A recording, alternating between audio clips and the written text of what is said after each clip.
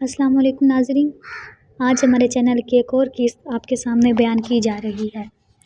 استاد ہاشم نے سچ کہا تھا کہ اس کی رائفل فائر کے قابل نہیں ہے۔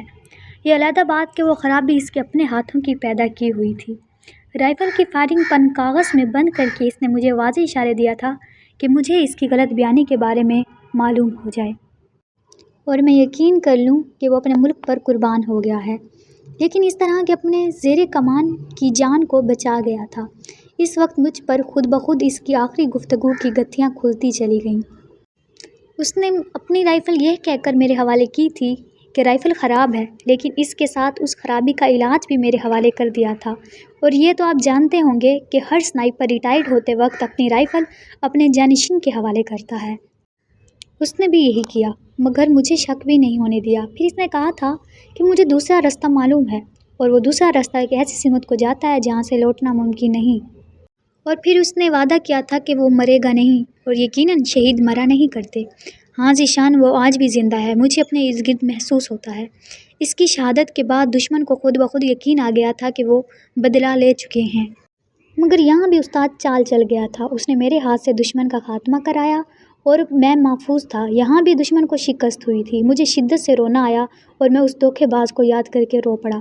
وہ مجھ سے اچھا نشانے باز تھا، اس کا تجربہ بہت زیادہ تھا۔ جانے کیوں اس نے ایک بہترین نشانے باز کو ایک نئے اور نا تجربہ کار سنائپر کے لیے قربان کر دیا تھا۔ یقیناً میں اسے اکیلا چھوڑ کر بھی نہ جاتا اگر وہ مجھے دھوکے میں نہ رکھتا۔ اس نے کوئی جھوٹ نہیں بولا، مگر مجھے دھوکہ ضرور دیا تھا۔ آج تک اس دھوکے باز کو نہیں بھلا سکا ہوں یار۔ استاد صادق کی آواز میں شامل دکھ میری بھی آنکھیں بھگو گیا تھا۔ میں بس خاموش بیٹھا اس محترم استاد کے متعلق سوچتا رہا۔ کچھ باتیں ایسی تھیں کہ استاد صادق نے مجھے نہیں بتائی تھیں، مگر مجھے خود بخود ان کا اندازہ ہو گیا تھا۔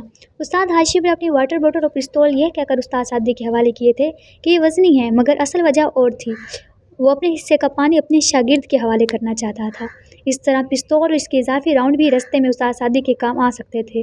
رات کو سوتے ہوئے بھی میری سوچ میں استاد ہاشم اپنے ان دیکھے خد و خال کے ساتھ سرگرداں رہا۔ صبح صادق کو اٹھ کر ہم نے اپنی فطری ضروریات کو پورا کیا۔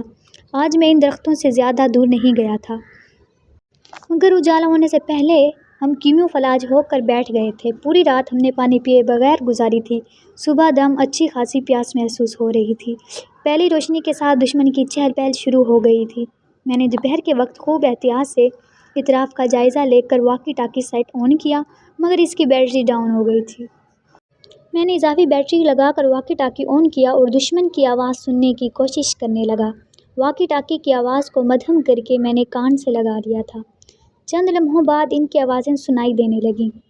زیادہ تر پارٹیاں کھڑی چٹانوں کے سلسلے کے نیچے موجود گھنی جھاڑیوں میں مجھے تلاش کر رہے تھے۔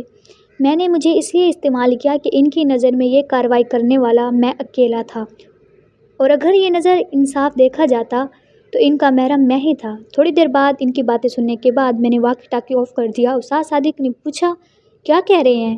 میری تلاش جاری ہے۔ استاد صادق نے اپنی رائے دی، شاید ہفتہ بھر جاری رہے۔ ناظرین، ہماری اگلی قسط آنے والی ویڈیوز میں اپلوڈ کی جائے گی۔ شکریہ۔